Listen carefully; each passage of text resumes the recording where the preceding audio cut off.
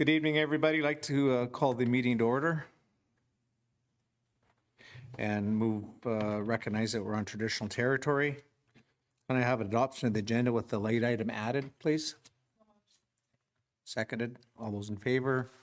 Opposed? Carried. Minutes of the regular meeting held on October the 7th, 2025. Moved by Councillor Boehm, second by Councillor Moses. Discussion. All those in favor? Opposed? Carried. Okay, we've got two public delegations tonight. The first we have is a certificate of appreciation presentation to Community Futures. And congratulations on all your awards the other night at the banquet as well. Beth, thank you. Good evening, Council. It's my big pleasure to welcome some members of Community Futures Caribou-Chilcotin here tonight to celebrate and recognize them for their 40th anniversary in our community.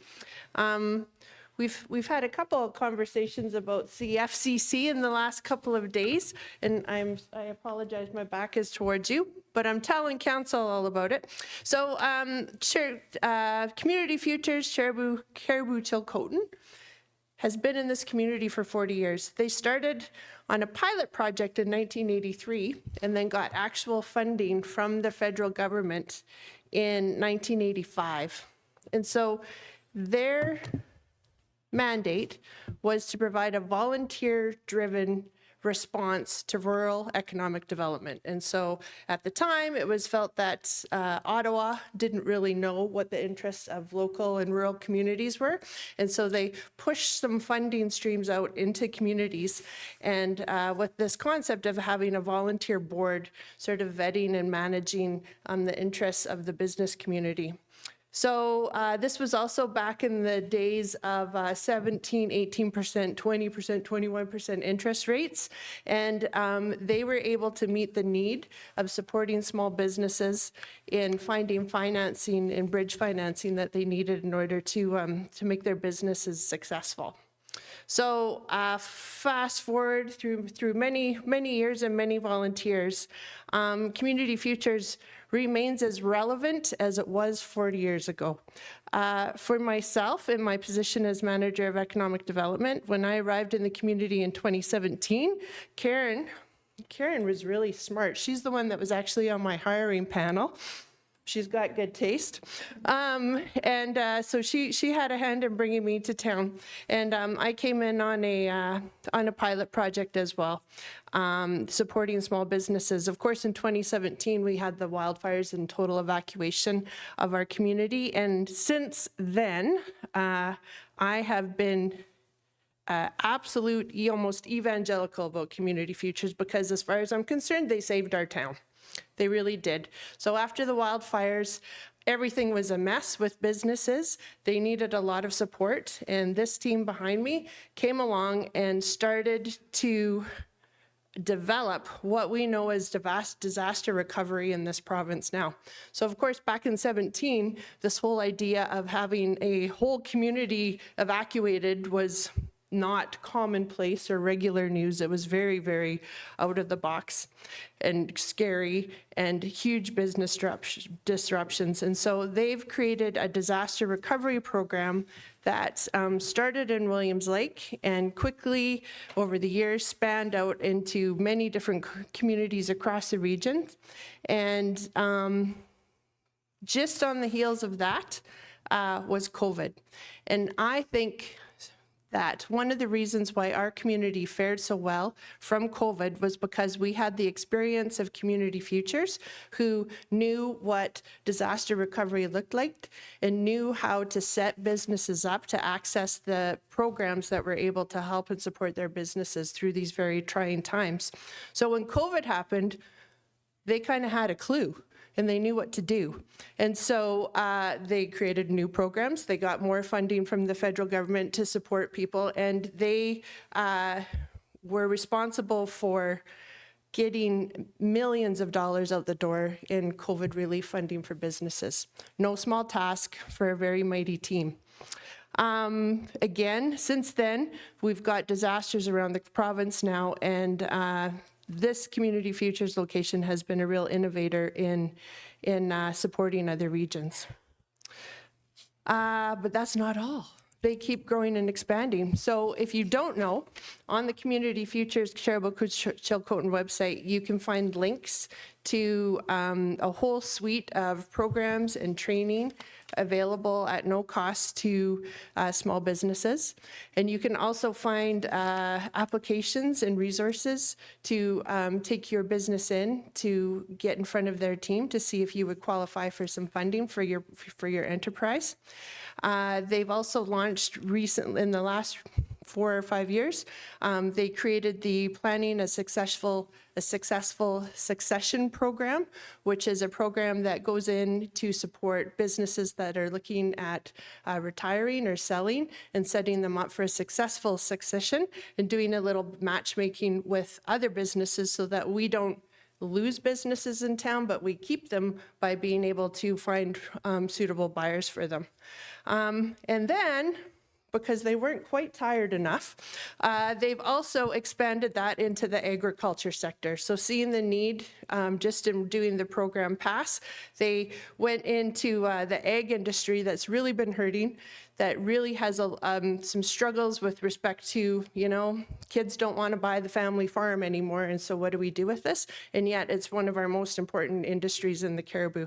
And so they've been working with agriculture businesses, and they are planning their second annual agriculture workshop and trade show called Our Future in Agriculture on November 22nd at TRU.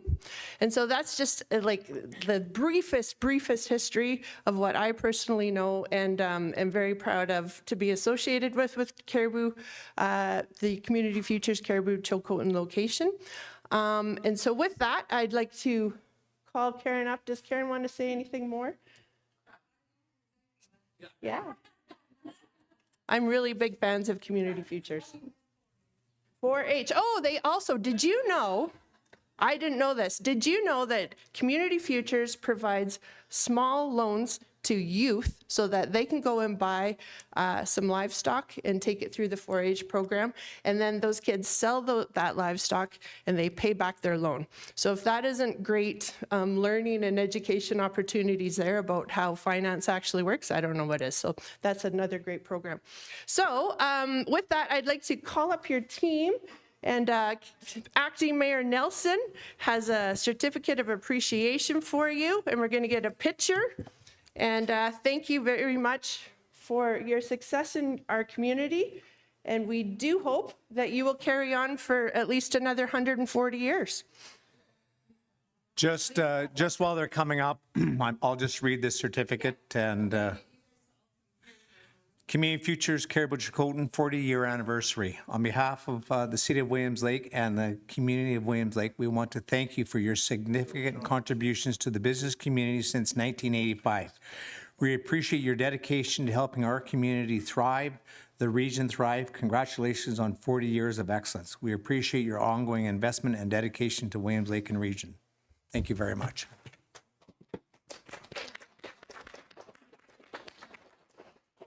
So Brian just told me John's past president by a week, and he doesn't want a photo, but John. And anybody else in council or acting mayor? We'll actually get you guys to line up right along in the front here. So we have some flags in the back. Sure. Members of council want to come up? Sure. Everybody.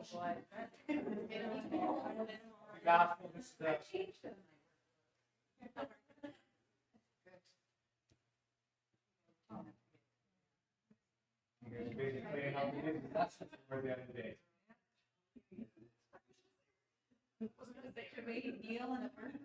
Nope, you're good. Okay.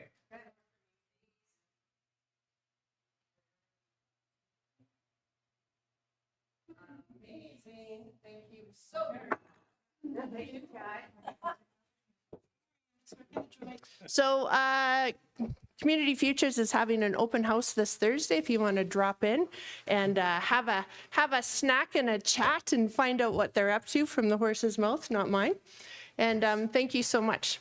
You want to say anything, Karen? Just before you go, Karen, I just asked members of council if they want to say a couple of words. Councillor Foshbauer, please. Thank you, Mr. Acting Mayor. I just wanted to also just say thanks to you guys for everything that you do in the community. I equally think you're absolutely amazing. I watched my husband go from dreaming the expansion of his company to going through you guys and being extremely successful. So that was just amazing to watch that support that was there for him through all of it. So I know firsthand how incredible it is. And I know there's got to be so many more. I speak about it all the time. If I'm talking to even younger individuals that are looking to have like dream ideas of businesses, I'm like, go to Community Futures, talk to them. You know, they have such a great program down there. So I just wanted to commend you guys for everything you do. I think it is absolutely incredible for our company. So thank you so much. Thank you. Councillor Lyons. Thank you. Yeah, to echo Councillor Flashpuller's sentiments, I have your emails all saved on my desktop for the amount of people that message us and say, hey, can you tell me about this? Can you tell me that? I'm like, ask them, because they're going to have all the answers, because you guys do an amazing job that way. And I know just how many times I've been back and forth with emails with you guys. So it's fantastic work. Councillor Bohm. Thank you, Your Worship. I just want to echo too. I'm a big fan, and I know I also encourage people to reach out to Community Futures and have also myself as my other hat in my small business. So yeah, just thanks for everything you do. I think you support the community more than most people realize. So thank you so much. Thank you. Councillor Moses. Thank you, Your Worship. Yeah, thank you for everything that you do for our community. I just have one really important question for you. What are you going to do without Mr. Hack? Oh, we're keeping eyes on them. Okay, Yes. thank you. Thank you, Worship. Karen, just on behalf of the community, you guys are championing a small business, and not only in Williams Lake, but in the region as a whole. We're very, very proud of your organization, your team, your guys' leadership. When I was reading the stats, just off the top of my head, over 800 businesses they've helped in the last 10 years alone. Millions upon millions of dollars of investment into businesses that have flourished and just absolutely grown. So thank you very much for the commitment and the leadership and the fabulous team that you guys have got. And I can't agree more with Beth that as an organization over the years, we often tell government, you don't need to recreate it. We've already got it. And I think they've used the template of what you guys have done throughout other areas. Thank you very much. Well, thank you, everyone. Now I feel tired after listening to Beth. Yeah. Okay, thank you. Thank you.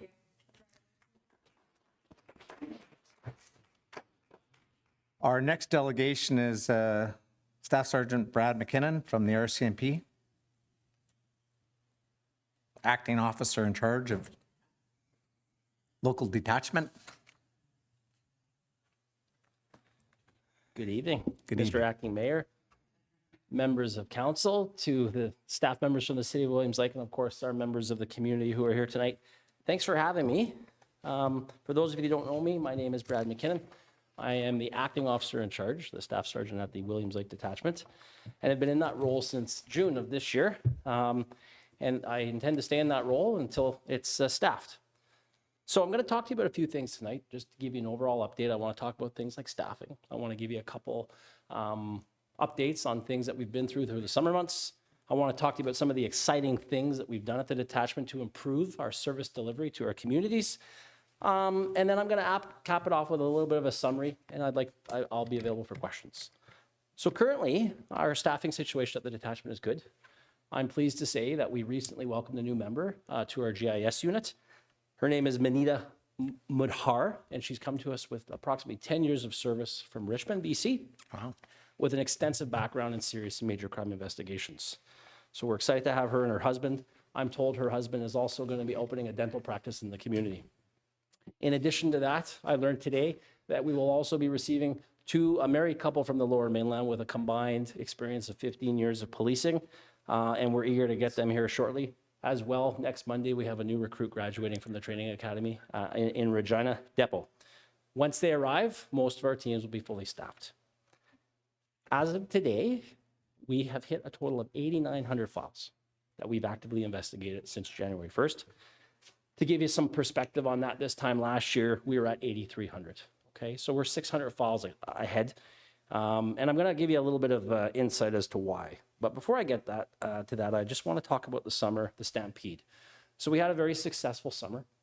As everyone at this table knows, the Williams Lake Stampede is an annual event. It's a substantial event for our community and our citizens. And it's certainly had some times where it's been under a black cloud, but we have had very, very good success. One of the things we've done that I've done in the last couple of years is I brought in our uniform gang enforcement team. They usually come in a few days in advance and they help us with enforcement activities leading into the Stampede and during the Stampede. This comes at a substantial cost, but I was able to apply for funding with the Community Safety and Targeted Enforcement Program, known as CSTEP. And I secured a total of $55,261.80 to cover those costs. Okay, so that didn't come out of our operating budget. In addition to that, keeping in mind some of the concerns that were expressed earlier in the year, we also completed and conducted some targeted enforcement in the downtown core of Williams Lake. And we secured an additional $23,309.60 to assist with enforcement activities related to that and the successes we had. We also secured some new equipment for our officers by way of 4 pairs of high quality Sig Sauer stabilizer binoculars, which are a great tool for our members who could be in the city one day and at the top of a mountain the next. One of the things, what I should say is that's a grand total of $78,571.40 that the province gave to the RCMP to assist with enforcement measures within our communities. In an effort to improve and streamline our service delivery, we created a disclosure unit, which I'm sure you're aware of. This is a very important unit at the detachment, and it's made up of our support staff. Okay, we have 1 public service employee, as well as 2 municipal employees who contribute to it. And their whole focus and goal was to reduce the administrative burdens on our police officers, freeing them up to be visible and more present in our community. This unit has been instrumental to some of the successes we've seen since July. And to put that into context for all of you, we have seen more than 200 active police patrols in the downtown core by our police officers. It's resulted in in addition to our regular stats, 30 impaired drivers being proactively removed from public roadways by way of criminal code investigations and immediate roadside prohibitions. We have seized and destroyed hundreds of bottles of alcohol being illegally consumed in public spaces. We've seen a significant increase in the issue of violation tickets under the Motor Vehicle Act, as well as the Liquor Act. We've made 19 proactive arrests for individuals wanted on arrest warrants. We generated 16 breach files. When I say breach, these are people who are on court-imposed or police-imposed protective conditions. We've intervened and prevented assault in progress from happening. We've generated 8 significant drug trafficking files, which are all being processed and forwarded to the BC Prosecution Service for to be dealt with in court. We have intervened and saved lives on multiple medical distress files, administering Narcan, helping people with overdoses. We have been active in working with city bylaw and diminishing encampments in public spaces. And we have seen a significant increase in our foot patrols in the downtown core, in parks, alleyways, parking lots. And that's allowed us to have a lot of positive interaction with community members, business owners. It's allowed us and afforded us opportunities to focus on crime prevention strategies. But most importantly, it's allowed us to establish relationships and bonds with our community. So I'm very proud of that. What I want to help you understand, though, is keeping all of these wonderful numbers in mind. It boils down to this. The disclosure unit, by today's estimates, have reduced the administrative burdens of our police officers by over 30%, okay? This little guy here on my chest that you see, these are our body-worn cameras. This was a huge factor in why we moved into that position. The disclosure requirements are substantial with body-worn cameras, and this unit is allowing our police officers to be engaged and more actively involved in the community. The other thing that I think is really important to highlight, and something I'm particularly proud of, it has had a cascading effect to allow us to be way more effective with the use of the RCMP crisis response nurse. I know Inspector Lake was here probably about a year and a half ago where he discussed that with you. But essentially, for those of you who are unaware, this is our partnership with Interior Health and a designated psychiatric nurse who works closely with our members to provide help to those in distress. And having the time and freedom to be able to work more collaboratively with this unit has allowed us to take that services into our schools, So we're now working with the school board, the Caribou-Chilcotin School Board. We are aggressively trying to intervene and deter issues with children and students in our schools. But we're also providing a level of service that I am very proud of. And we're getting people connected with supports in a way that we just haven't seen. And I want to give you an example of that because I think examples talk the talk. We had an incident in a rural location not that long ago with a retired service person from the Canadian military. This individual was dealing with severe issues of PTSD and suicidal ideation. Our members were called, they intervened, they were able to establish rapport. It boiled down to a fact that this individual was struggling with an inability to access services. We had the RCMP crisis response nurse come out, and this individual is now doing much better. No more calls for service. He's thanking us, but we were able to connect him in a way that we just couldn't do it if we were tied up behind a desk completing paperwork.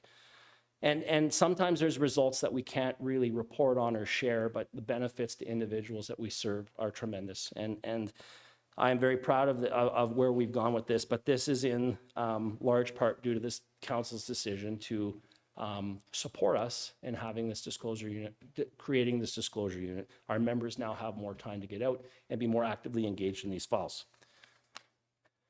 So I guess to sum it all up in a nutshell, I just want you to be aware that we've changed our focus and structure of our support staff so police officers have more time to focus on proactive activities. And this is in large part due to the disclosure unit. We've adopted hotspots, which ensure all officers are focused on areas that are most likely to be impacted by crime, linking uniform officers, investigative teams, and intelligence to targets and locations with the highest propensity to be problematic. We continue to be leaders at multi-agency tables to intervene and support people before their situations become acute. Again, I want to give a big shout out to our robust program with the RCMP crisis response nurse. That has been an absolute significant success for the services that we provide. We've increased our police visibility on streets, in parks, in known problem areas, and we always modify this approach as new data and information of concern about locations and areas comes in. We continue to refine the ways we respond to crime in our communities. And I just want to remind everyone, including our members of the public, that there's a role for everyone. As many crimes as we know are crimes of opportunity, and we encourage people to recognize that they are preventable. We can all help reduce crime by locking our doors, securing our vehicles, and securing our personal belongings. Thank you for having me tonight. If there are any questions, or if there's anything else anyone would like me to expand upon, I'm happy to do so. Well, thank you very much for the presentation. Let's go around the table. Councillor Flashballer. Thank you, Acting Mayor, Councillor Nelson. Thanks so much, Brad, for coming in and giving this presentation to us, because information is key. And when you inform us, like I say to many other delegates that come in, you're informing community. And that's really great. And when I hear about this, increased boots on the ground and presence for the community, I think we're in such an important time to have that. And not just our community. Later, we have information from a community in Ontario with the same issues. Community safety is everywhere. It's across Canada. It's not only us, it's everyone's experiencing it right now with all the crises that we have going on. So I just really appreciate the efforts from your team, from everybody there, from our own organization and the support that they give your detachment. So I think it's just a real win-win. When I hear you speak about the disclosure unit, so maybe I missed it, but that's basically that direct support of the $100,000 that we put towards increases. Is that what I'm gathering? 100%. Yeah, It okay. is, and we are grateful for that. And that's great. Prior to me being on council, I think I ended up running into an RCMP officer that I was talking about. And just through casual conversation, he indicated, he goes, we're struggling. I know how hard it is in emergency services. I know when you are doing everything you can to try and make things better. And if you don't have the support and the resources to do that, you feel like you're just only scraping at the surface. And to hear from you that you guys are feeling successful right now in what you're doing makes me feel really great, because we all know ultimately you're here for everyone in the community, every single person. And the more support you have is the more that you can support every single demographic and amazing group in the community. So thank you so much. Thank you. Councillor Bowman? Thank you, Your Worship. Thank you, Brad, for the report. Yeah, I just want to say too, I think people know how hard you're working. We definitely hear how much support we're seeing, that we're seeing your presence and that. And I'm certainly glad to hear that you'll pretty much have a full contingent soon. And yeah, I just wanted to also echo the thanks. And usually I know Councillor Nelson is big on saying this, so I'll take his thunder, but we know that it's not the RCMP. We know they're doing their job. It is the fact that that they're being released, the prolific offenders that are being re-released on, and we try to support you in trying to have those. We are probably the most known for putting through resolutions asking for a reform to the court system, but we're always big proponents that we know it's not the RCMP, it's everybody else out there. The whole new overhaul of, and we're not the only ones saying that too, of the justice system that has not kept up with the times, in my opinion. But anyway, I'm sure he has lots to say because he's a big fan too. So thanks so much. Thank you very much. Councillor Moses? Thank you, Your Worship. Yeah, first of all, thank you for providing us with this. It's really exciting to hear that this new structure is working out so well. My favorite takeaway from what you shared with us today is the success of the crisis unit that you're talking about. Being able to connect people with services is the kind of success that we need to compound on top of each other, because this is going to make it so that the people who you've helped connect to these services will hopefully not require the same assistance again, from whether it be from the RCMP or Interior Health or CMHA. If it's providing them with a route where they can heal and return in a more productive manner, that's so amazing. So I want to applaud you and your team for adding this structure to our community and providing these services that make it that much safer. So thank you. Thank you. Thank you, Worship. Thank you very much. Brad, first of all, we appreciate the work that you guys do.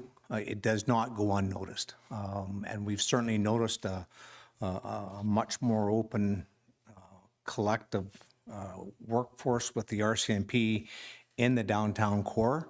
I've had the opportunity to talk to a number of businesses that are truly appreciative of the foot patrols that you guys do in the downtown core. They recognize the struggles that they're going through, obviously, with prolific offenders and some of the troubles that we've had, but people are noticing a change.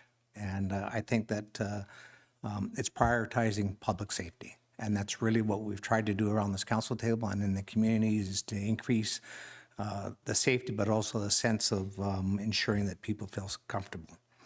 We all recognize clearly that bail reform is a big issue, whether it's in Williams Lake or it's in Kelowna or in Prince George or in Kamloops. I was reading a report yesterday that Gary sent us, and I think it was 13 or 15 prolific offenders had over 1,300 files with the RCMP. It's 89 every 4 days. 15 people. We know in Williams Lake that we've got some problems with prolific offenders. And repeat prolific offenders have jet fueled a change and supercharged the environment right now, that people want it changed. And they want it to be back to being safe again. And they want the change now. And as I often tell everybody, I said, the RCMP are going above and beyond. They're catching these guys. When they're released, it's not because of the RCMP. I said it's because they need the proper bail reform. And I agree with Councillor Bohm. We have definitely worked hard to try and create that change. Councillor Delaney, you wanted to say something? No? Oh, sure. Yeah. Can you hear me? Yes. Yeah, I just wanted to pass on my thanks to Mr. McKinnon. It's really great to hear that the disclosure unit is working. And, you know, I've been in talks with Mr. McKinnon, or I've attended talks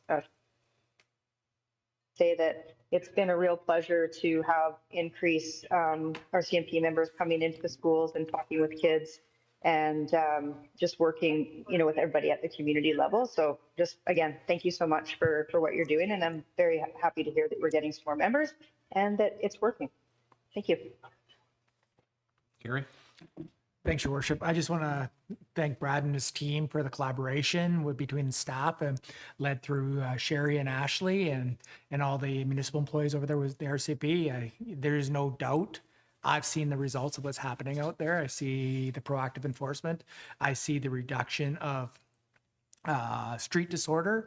And I think that we're just starting to see now as it's getting colder, we're seeing some fires popping up in the downtown core, whether that be in Spirit Square, whether that be in Boitano Park. And there's no slowing down from the RCMP. They're keeping their foot on the gas and doing proactive enforcement. And I think that's something to be appreciated and recognized that there's still work to be done and they continue to keep moving forward. They're not slowing down with what they're supposed to be doing. So I just want to thank you for everything, Brad.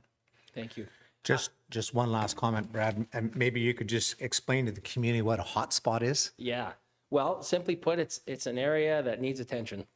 It would be the simplest way to put it, and they can change, right? But essentially, it's an area that we frequent often or is more prone to problems that require intervention. And it can be small, it can be large, but the key is to deal with them soon, connect people with supports, and try to prevent things from happening. The last thing I want to say, thank you for the kind words and thank you for your support. We have a remarkable team at the detachment. We often say at the office, the work that we do is important, but how we do it is more important. And what I want to say is this disclosure unit, it's giving our team the ability to forge and strengthen relationships with the BC Prosecution Service. We had a file recently that you may seen that where I went public, seeking the public's assistance. Having the spare time that we do to work files of significance or address issues as they arise, it's allowed us to find a renewed sense of relationship. It's always been good with the BC Prosecution Service, but the freedom that we have now, because we're not tied down so heavily with administrative tasks, we can forge and continue to build that relationship with Crown. And we've been very fortunate with that. And they were instrumental in our success with that file. So not everything can be put into numbers, but I just want you to realize that the relationships and the connections that are being established because we have the time and ability to do that, it's pretty remarkable. So we'll continue. Work still has to be done, but thank you for your support. Thank you for having me here, and the detachment's open for business. Thank you very much. Appreciate the great work. Have a good day. You want this turned off? Yeah, thanks. Okay, so back to the regular meeting. Just before we get started, I just wanted to, on behalf of our community, pass along our condolences to the Schuster family. Mary passed away last week and was a long-term community advocate. Everybody knew Mary. She was just salt of the earth, and our condolences goes out to her and family and her friends and their colleagues. So sorry to hear what happened. Okay, first report is computer checks. The recommendation that the accounts payable, computer check, and EFT listings dated October 9th and 16th, 2025 be received for information. Moved by Councillor Bohm, second by Councillor Flashpuller.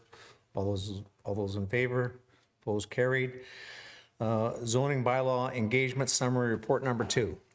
Recommendation that pursuant to the report of the Manager of Economic Development and the Planner dated October 8th, 2025, Council receive the OCP and Zoning Bylaws Engagement Summary Report number 2 for information and endorse the draft new official community plan and zoning bylaws to proceed to first readings with the revisions from the public feedback incorporated. Seconded by Councillor Moses. Yeah. Beth, quick update.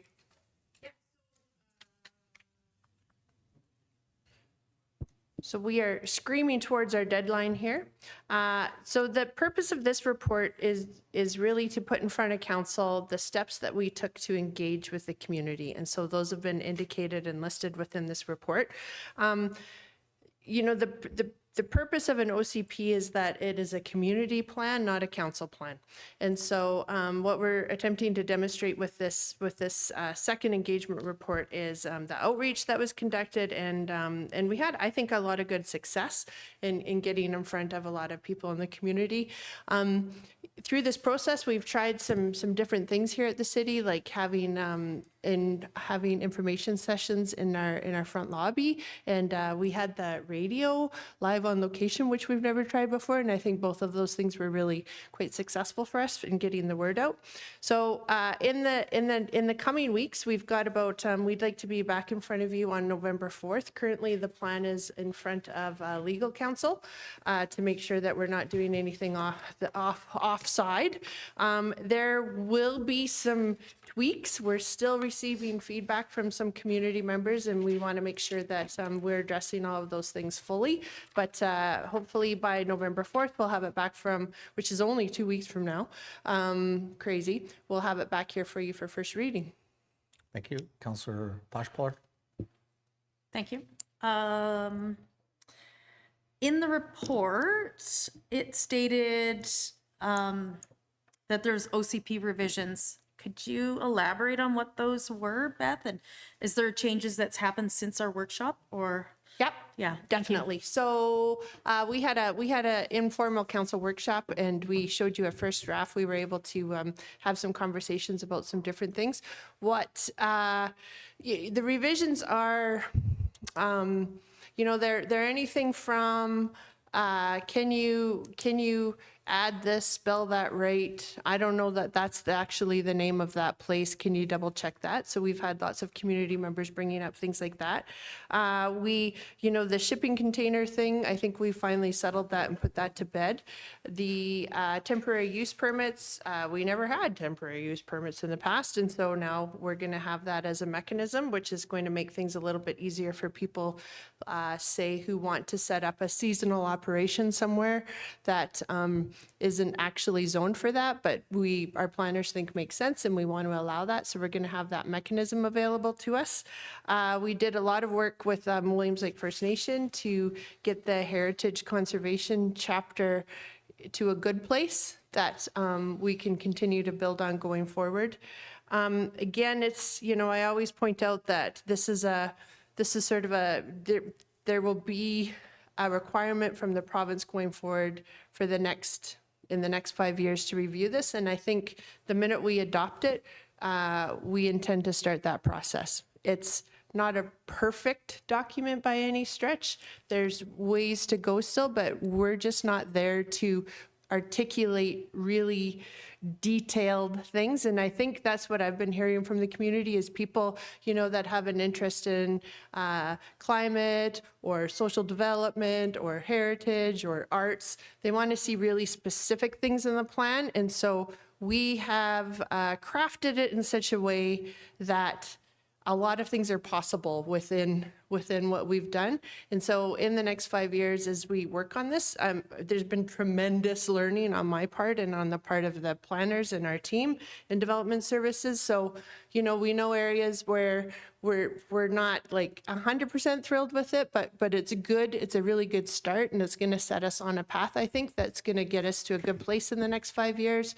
We've got some benchmarks and accountability in the implementation section on how we intend to roll things out, and we've heard from community members, I don't like that you're waiting until year 4 with that, and so we've been able to have internal discussions on our reasoning. So, that's a mouthful. Any other questions, comments? Councillor Flashpoller. Thank you. Yeah, just anything you added for the development permits? So I know we had a lot of discussion in regards to the hazard and wildfire. Yeah. So, Thanks. So we have always had a development permit with respect to wildfires that we didn't fully appreciate, understand, or utilize. And so right now in the plan, you're going to see that basically we have said that the entire community is subject to a development permit review. And so what we want to do with that is any new development, we are going to assess for wildfire hazards. Doesn't matter where it is in the community. So that may include things like what plants are you selecting? What's your exterior finishing going to look like? Are you planning on building this with cedar shake shingles? And so it's all there, but the intention with that, if you get into it and you read the document, is it's a guide to make it clearer for people to fire smart their properties. And we think that it is important enough that regardless of where you are within the City of Williams Lake boundaries, that this is a consideration for new development. And so obviously, you know, needing a development permit for a shed that you want to build is going to be very different than a subdivision. And so the planners in this case have the discretion through the manager of planning on if they need to essentially pull out a hammer to create smart properties, or if the applicant can prove that they are doing the necessary things with all of the guidelines there for them to follow. We've even included a fire smart plant list for people so that it's easier for them to understand this and take the measures that are necessary to fire smart their properties. Perfect. Any other questions? Councillor Moses? Thank you, Your Worship. I really like the idea of the continual input that you're talking about for 5 years for each update of the community plan. I think this is a brilliant approach. It's going to create the opportunity for a very thorough plan that has really up-to-date community input. And I just want to give some props to the whole team that's made this happen and created this. I showed our draft of the official community plan at a housing conference and at a BC Assembly of First Nations conference about a month ago, and I received so much positive feedback from various communities, including Penticton, Kelowna, Kamloops. It was pretty exciting for me to see that the progress that we're making here is going to be influential a lot further and farther than just our city boundaries. So the hard work that you and your team are doing is really being noticed, and not just by us, but by people all over the province. So thank you so much for completing this. Thank you for sharing that. That's very kind and good news. It's a little intimidating taking on something this big for our whole community within our team. So thank you for that. Any further comments? All those in favor? Opposed? Carried. Thanks, Beth. Item C, recruitment and retention.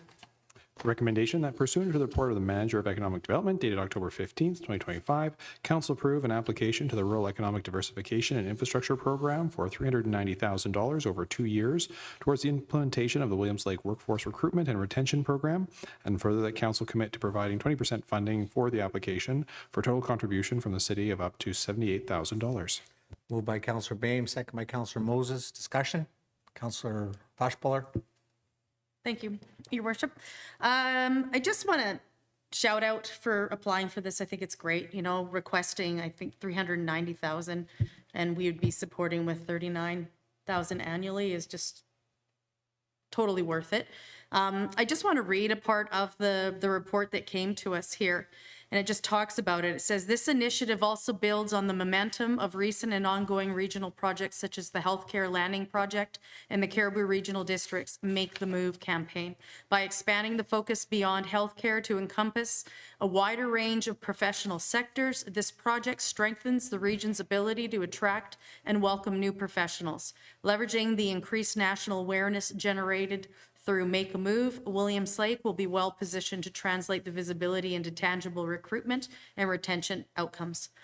We all know from all our discussions, whether it's healthcare or any other industry, like we need to try and keep people in this community, try and recruit and also retain them. And that's what this focus is about. And you guys working together, you know, as you know, us taking the lead as the city, but working with the regional district with other groups to try and build this up is so important. So I just want to commend all of the efforts from everyone, and I think it's great. You've got my support. Thank you. Further comments? Councillor Moses? Thank you, Your Worship. Yeah, I'm in favor of this sort of smaller investment from the city to receive a larger investment in tangible recruitment and retention. the environment out there right now for recruiting and retaining professionals is very volatile, as we see many examples of it over the news on a weekly basis right now. So if we can set ourselves up to be a prime location for professionals to come to on a finger snap notice, that will be ready for them and that will be welcoming and a great place for them to bring their families, I'm all in for that. So thank you again. All those in favor? Opposed? Carried unanimously. Public Works, Frizzi Storm Pond and Headwall Reconstruction Award of Contract. The recommendation that pursuant to the report of the senior engineering technologist dated October 14th, 2025, Council award the DFA-funded Frizzi Storm Pond and Headwall Reconstruction combined project contract to Peterson Contracting Limited for $321,847.41, excluding GST, for a total value for both projects, including engineering contingency and city-supplied material, of $468,593.41, with the city's share totaling $93,718.68. Moved by Councillor Bohm, second by Councillor Flashballer. Discussion. Councillor Flashballer. Thank you, Your Worship. I just wanted to add on to this. I have a question for staff, but also just, I think it's great. This is one of those things where we're getting a lot of funding again. We put a little bit of investment in and we get a lot of return. We did get 6 different tender submissions. And, you know, I think we always see Peterson Contracting gets a fair amount of work here at the city, but when you look at these amounts, it's makes sense because we have some that's like, Peterson's is a third of some of the submissions is 3 times as much of what they are quoting, and staff indicates that they are completing everything that's required. So when you see the amount of quotes that are coming in as high as they are, it sure is awesome to see a local contractor fulfill the needs of this community. So we're supporting local, but it's also coming in at a cost that we can afford and isn't 3 times as much.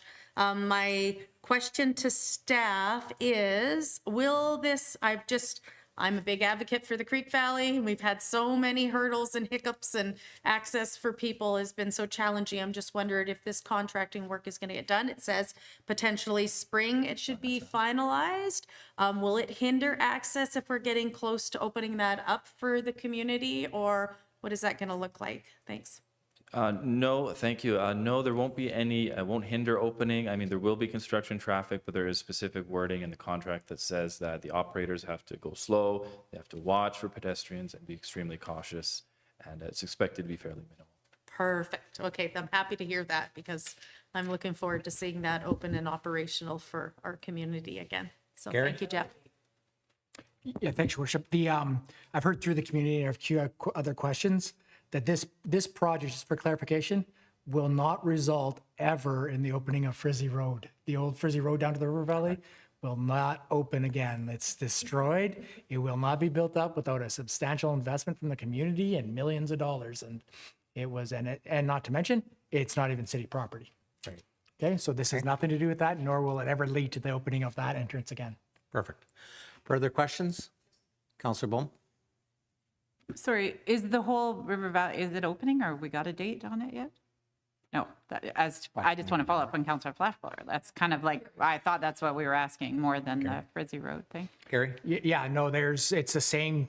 They're down there actively logging and stuff like that. So it's still on the schedule, no different than the update before. So end of the month. Yeah, end of this month. Getting close. Getting close. I mean, there's a lot of logging to be done, and no, it's spring for this project. This project's off the beaten track. It's not going to affect anything that's happening. The amount of work that's taking place down there still in the river valley is significant. I was down the other day, I had a quick little tour. It is, they're hacking out the dead trees, and it's a big project, and it's going to completely change the look of the river valley. We are targeting the beginning of November to get it open. I know they're in working overdrive to get it open for us down there, but we're going to be in for a big surprise, and a good surprise. It's going to be great to get it back open again. Jeff, anything else? Nothing, thank you very much. All those in favor? Opposed? Carried. Extension of the outdoor space rental at 351 Hodgson Road for Ledcor. The recommendation that pursuant to the report of the Director of Municipal Services dated October 10th, 2025, Council approve an extension to the temporary lease agreement with Ledcor for outdoor space rental at 351 Hodgson Road for an additional 6 months until April 30th, 2026 for a monthly rent of $1,500, and that the Mayor and Corporate Officer be authorized to sign the agreement on behalf of the City, and further that the Chief Administrative Officer be delegated the authority to extend this lease for up to an additional year under the existing terms as warranted. Seconded by Councillor Lyons. Discussion? All those in favor? Opposed? Carried. Dried bulk salt tender, award of tender. The recommendation that pursuant to the report of the Procurement and Asset Management Coordinator dated October 9th, 2025, Council award the tender for the supply of dried bulk highway salt to Amorize Canada Inc. for the tendered price of $243.06 per cubic meter, excluding applicable taxes.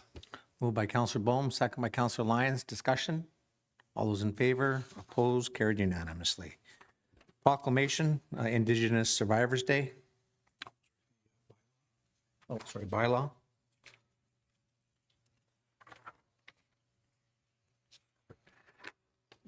Yeah, clerks note that the City of Williams Lake Highway Closure and Removal Highway Delegation Bylaw number 2431/2025 be received and adoption be held in abeyance subject to the approval of the Ministry of Transportation and Transit. And this is where we actually open it up to the public. They'll have an opportunity to discuss the bylaw, so I open it to the public before we make any recommendations. Have we had any letters come in? No correspondence formally has been received. Asking once, asking twice. Tamara, comments? Thank you. Motion to proceed? Seconded by Councillor Flashballer. Discussion? All those in favor? Opposed? Carried. So, Your Worship, so we're just waiting for the Ministry of Transportation, and once we get that approval, you'll see it back on the council table. For final approval. Yes. Right. Correspondence, Remembrance Day ceremony, flag raising, poppy sales. Clerks note that pursuant to the request of the Royal Canadian Legion, Branch 139, in their letter dated October 9th, 2025, Council 1, approve the poppy campaign sale days from October 31st to November 11th, 2025. 2, approve the barricading of the City Hall parking lot during the small Remembrance Day ceremony at the Cenotaph on November 11th, 2025 at 11 a.m., and that staff coordinate the placement of barricades as requested. 3, approve the use of City Hall lobby for the accumulation of wreaths and crosses before and after the Cenotaph ceremony. And further, 4, authorize the Legion flag to be displayed at the city's flagpole for the week of November 7th through 11th, 2025. Seconded by Councillor Lyons. I had the honor today to get posted by the Al and Bonnie for the poppy today on behalf of the community. First poppy. Discussion? All those in favor? Opposed? Carried. Proclamation, Indigenous Survivors Day. Clerks note that pursuant to the request of Troy Abramitis, dated October 11th, 2025, June 30th, 2026, be proclaimed as Indigenous Survivors Day in the City of Williams Lake, pursuant to city policy. Seconded by Councillor Bohm. Discussion? All those in favor? Opposed? Carried. We have no in-camera items for the public information, no notice of motions. We do have one late item. Please. Okay, thanks. Thank you, Your Worship. Yes, I had just reviewed our information package that came through this agenda today, and one of them is an invitation to Diverse Voices Conference that's in Kamloops next week. I will just kind of speak to it a little bit. As it indicates on its site, it says it's 2 days of dialogue, learning, and action that centers equity, diversity, inclusion, cultural safety, and reconciliation. This gathering brings together community leaders, organizations, and change makers to explore what it means to build inclusive and welcoming communities where every voice is valued. I feel that as a council, we have taken a really strong position in regards to these exact topics, and we really worked hard, and we're continuing to work hard to be very inclusive and to have cultural safety within this community. So when I saw and read this, I figured it would be really great for us to have some representation, and I really wanted to go. I also believe, like with some of our Indigenous Relations Committee meeting topics, that it's quite relevant for us to really be involved in these things. So I had put out a request to the CAO and corporate officer today about attending next week, and I'm willing to drive down and go. So I'm looking for support from council to be able to fund my attendance in this conference. So Could I have a motion to approve funding for members of council? Gary? Thanks, Your Worship. I just want to add to Councillor. Your light's not on. Oh, sorry. Thank you. Thanks, Your Worship. I just want to add to Councillor Flashpolders that this conference is not only held by the City of Kamloops, it is in collaboration with the Kamloops. So it is a joint meeting between both groups, and it's kind of great that they actually will be combining to have this conference. So it's not just one-sided, there's actually collaboration in it too. Seconder, Councillor Bohm. Discussion? Councillor Moses? Thank you, Your Worship. Yeah, I think this is a great learning opportunity that's been presented to our council and to any communities that were invited. This is a time where we get to hear and see what's happening and what's working in other communities and potentially utilize those right here at home. That's a great opportunity for our council. I'd love to see a member of this council attend that. I can't make it myself. I'll be at Canadian Mental Health Association conference the same week. So thank you so much, Councillor Flashpoller, for utilizing your time for this. Thank you. To help our community. Thank you, my pleasure. All those in favor? Opposed? Carried unanimously. Good work. Other business late, we've just completed information announcements roundtable. Motion to receive council information package. Seconded by Councillor Bain, moved by Councillor Flashpoller. Discussion, all those in favor, opposed? Oh, sorry, go ahead. Sorry, thank you, Your Worship. I do want to speak about a couple of things that's in the package. Of course, the diverse voices, so I'm really happy. Thank you for the support from my colleagues, for me to be able to attend. I look forward to my learning when I'm there. Also, kind of in par with what I was mentioning to Brad McKinnon when he was in earlier, one of the letters in here is from Halton Region, which is in Ontario, and they're doing a resolution about public safety requirements to protect our communities. And I just want to point out there, as we struggle, it just shows that this is another community making resolutions with the same types of struggles, and it's across Canada, it's everywhere, just for our community to realize we're not alone in some of these challenges. So just recognition for that. I also want to just pull out the 2025 Rodeo of the Year Award by the Stampede Association.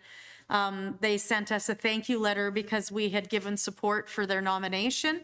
And I just want to state, like, this comes from the Canadian Pro Rodeo Association for the Rodeo of the Year. It's a pretty amazing accomplishment. It just shows how incredible that association is for our community and for that event. And we have got to be just so thankful for what they're accomplishing for our community. And this just showcases it. So I just want to congratulate all of them. I actually am one of I'm a liaison on council for their committee. So I was at their last meeting and I got to see the award and I thank them firsthand. But I just want to make a statement out here and with my colleagues and to the community about how proud I am on that achievement that they have done. Excellent. So, thank you. Councillor Moses? Thank you, Your Worship. I would just like to quickly pull out the letter from BC Housing on homelessness. This letter was to our mayor, and it described that a research has been done this year to do a homelessness count in 20 communities across British Columbia. One of those included was Williams Lake.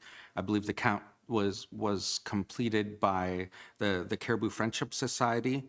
I just want to point out that I feel like we're doing really good work. We're getting updates from the police, from the RCMP, we're getting updates from Canadian Mental Health Association that progress is happening. Our streets are safer than they were several months ago due to some of the actions that these organizations have made with some assistance, of course, from our council. But we just do what we can to help those organizations. But in this letter and in the research done, it does show that from 2023 to 2025, that the homelessness count in Williams Lake has risen from 77 to 100. And that the percentage of these that are homeless that are First Nations has risen up to 76%. That's over 3/4 now. So I do want to applaud all the organizations in our community for the great work that they're doing and the progress that we're achieving, and that the safety and cleanliness in our community that continues to increase. But I just want to point out that a letter like this shows we still have a long way to go. We have a lot of work to do. And I do truly believe that our council is here for it.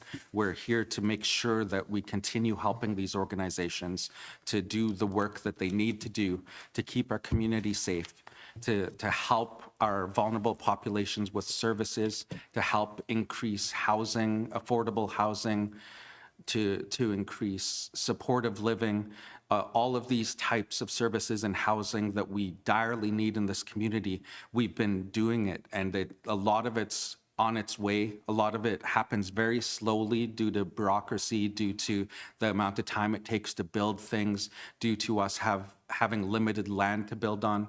But I do believe our council is making a really good dent in this, and that will continue to. So I just want to thank BC Housing for providing this research and for doing this and letting us know that there still is a lot of work to be done. And we can see that in our community. Thank you, Councillor Moses. Thank you, Worship. Councillor Flashballer. Thank you, Your Worship. Yeah, actually, I made notes also, and I missed it, so I will just speak to a couple things. I wanted to also talk about this Ministry of Housing point-in-time homeless count. I just wanted to speak to the community about how this has a lot of information in it. And for anyone in the community, because I know there's so many people that are concerned in regards to some of the amount of increase in homeless that they can see within our community and the feel of impacts that they may perceive.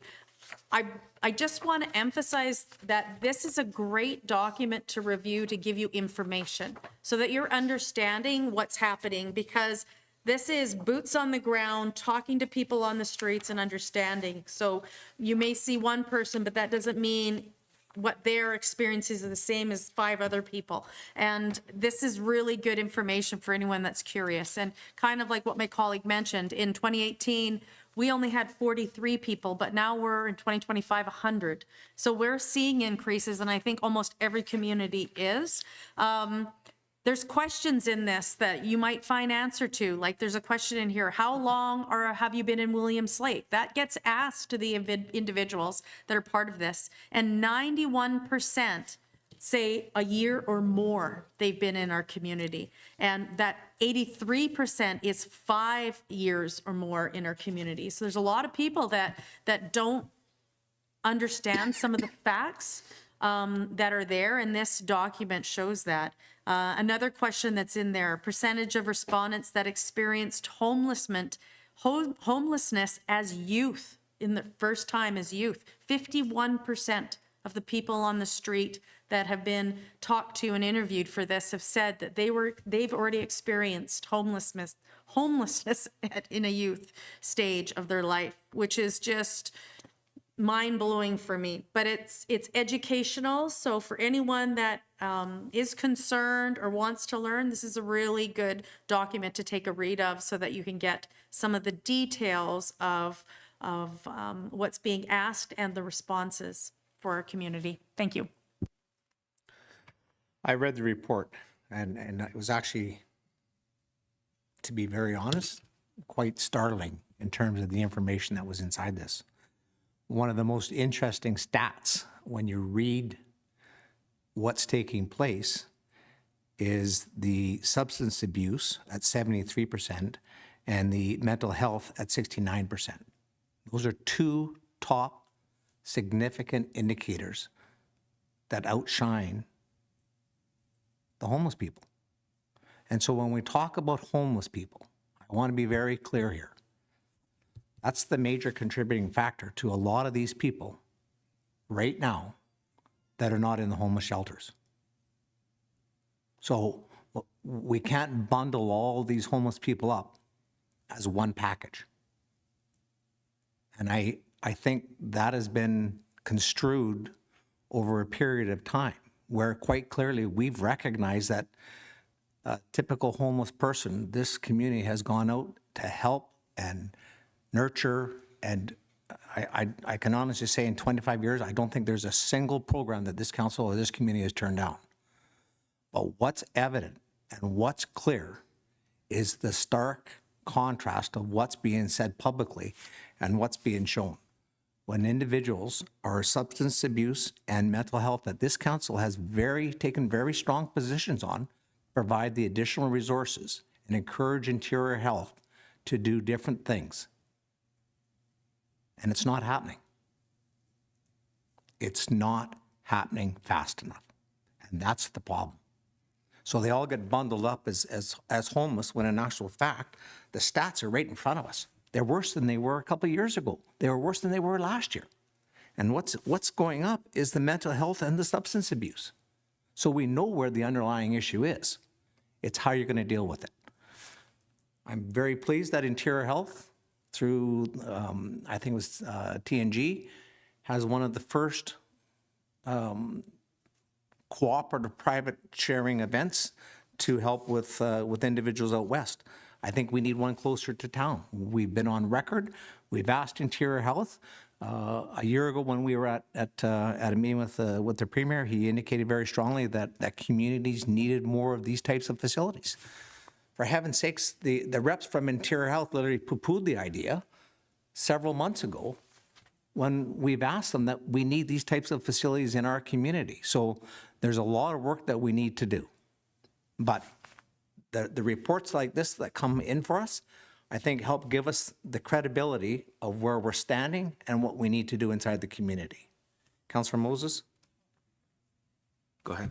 Councillor Bain? I'll do a quick comment, and I think I just wanted to comment on a couple things, and I think the government is realizing, I mean, they know, just like we know, everybody knows it's an issue, and they are stating they're going to be opening some facilities. They're looking at what to renovate. We heard that at UBCM when we were at, and they made the announcement there, and I was pleased to hear a couple things, and all I can think of since those announcements of those mental health and treatment, a couple things though, we're going to be, Nankani is given notice of shutting down at the end of this month, I think, and so that's a big loss to our community when the other one isn't up yet, and it's just terrible. But anyway, about the other facilities being renovated or ready-made buildings that just need to be renovated, yeah, power to them. But now all I can think about is how are they going to staff them? We cannot staff the things we have now.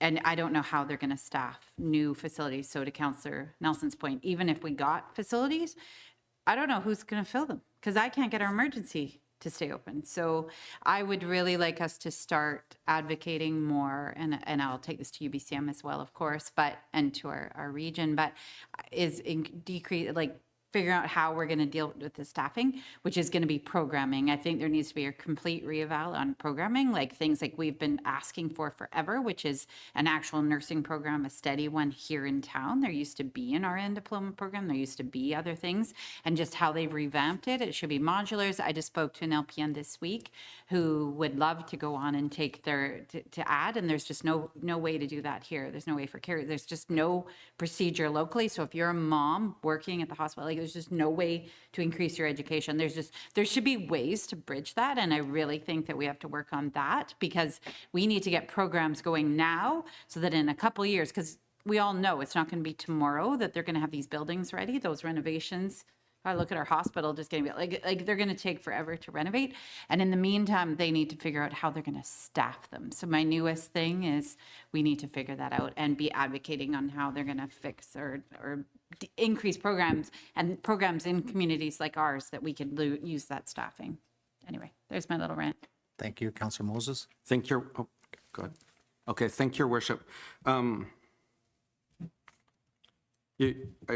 I agree with your worship that we need more of these treatment facilities in our community rather than farther away or unfortunately, like my colleague mentioned, ones that are nearby that are actually closing down.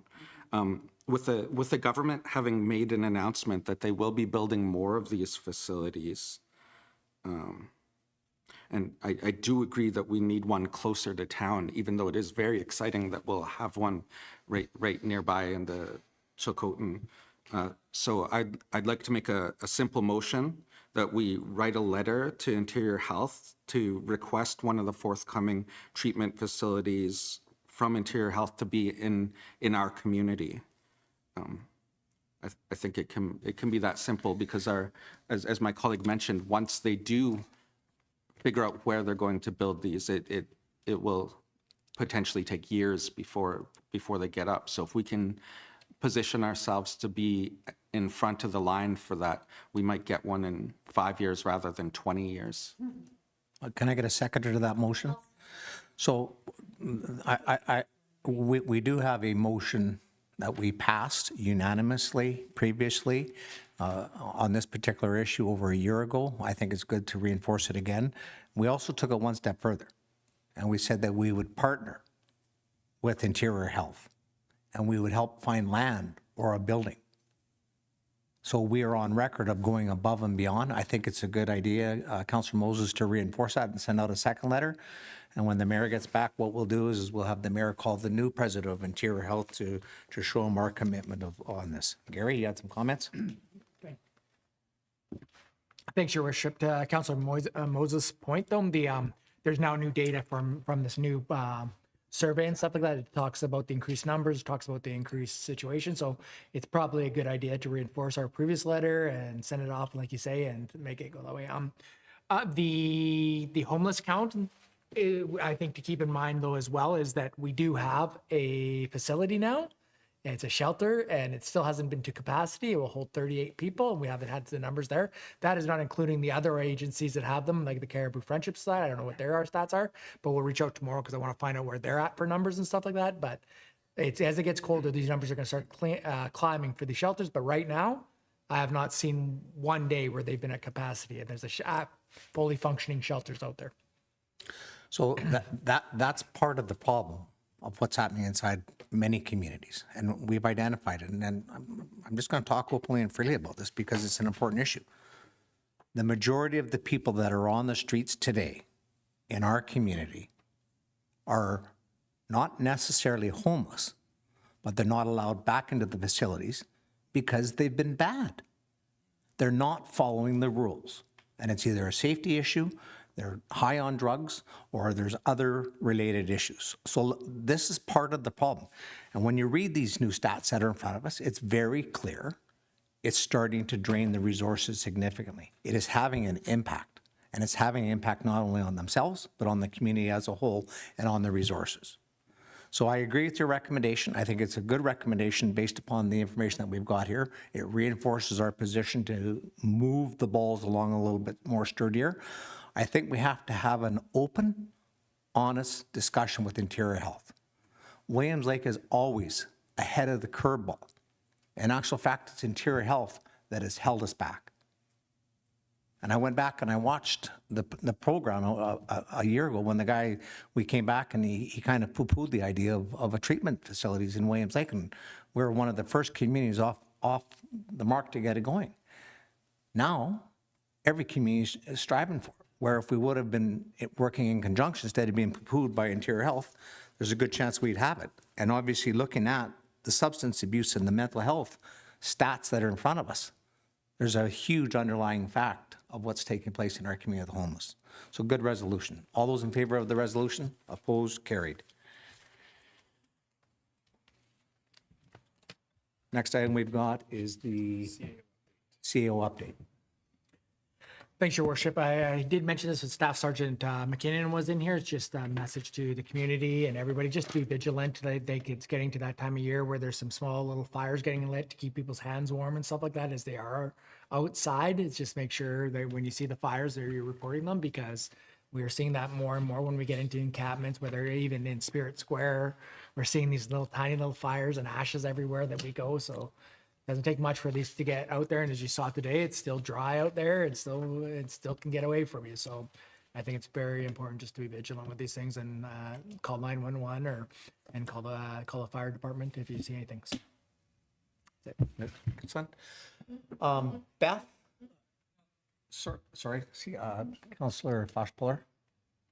Thank you, Your Worship. Yeah, I just have questions on the CAO update. And it just sparked just the discussion in regards to the homeless count and being this time of year, exactly what you're touching on, Mr. Baraka.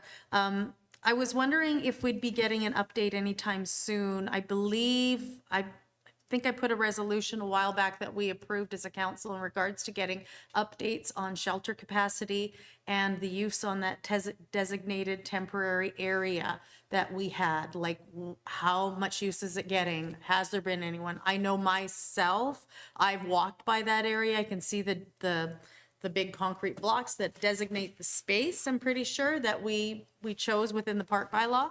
And I haven't seen one tent ever set up there. I'm just wondering if we're going to get an update anytime soon on those items, because it is the season and we're going to probably see a little bit more happening around where people are making shelters. Just wondering. Your worship, to Councillor Flashpuller, you haven't really got an update because there's always been capacity at the end. So basically, any encampments in the downtown core or anywhere have been promptly taken down. And in fact, even today, we took one down that was set up in the dog park.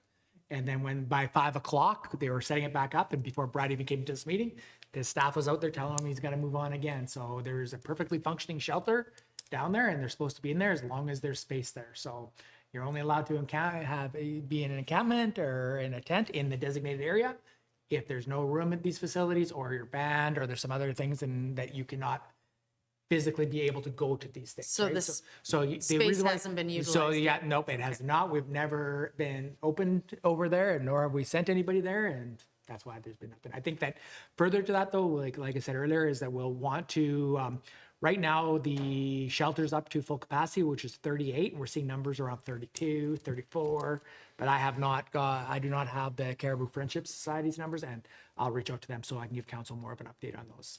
Okay? So I think it was the same guy that was at the Longhouse, had a camp set up there, and then they moved to the Stampede grounds. then to Jubilee. And then they went to Jubilee, and then they moved. Dog park. And then he's been in the dog park, and then chasing them around. So there's people out there that should be in the hospital, quite frankly. And this is just one person that we've chased around the community now for a week. So, we're concerned about it, and, that's why I alluded to the fact dealing with prolific offenders and people with mental health issues is a top priority for this community. Gary? Thanks, George. But I'll just add to that this specific individual, we even reached out to the shelter to see if he was able to go to that shelter, and they gave us all the things that he would have to do to get to the shelter. So there's capacity. He would be allowed in there. He has a couple things. He's got boxes he has to check, behavioral boxes and stuff like that he has to check, but there is room there that he could be in there. There's no need for him to be an encampment in the park. So we do go that extra mile to say, not only you can't be here, but we check to the shelters to say, are they not allowed to be in these shelters? So. I think it goes back to the very point that we talked about with the staff sergeant prioritizing public safety. It's a big issue. Last item. Closed meeting under section 91A. For quick in camera, so moved by Councillor Moses, second by Councillor Bohm. All those in favor, opposed, carried. Motion to adjourn. Moved by Councillor Flashblower, second by Councillor Moses. All those in favor, opposed, carried. Okay, 30 seconds, you guys. A quick in camera, and we're done. 15.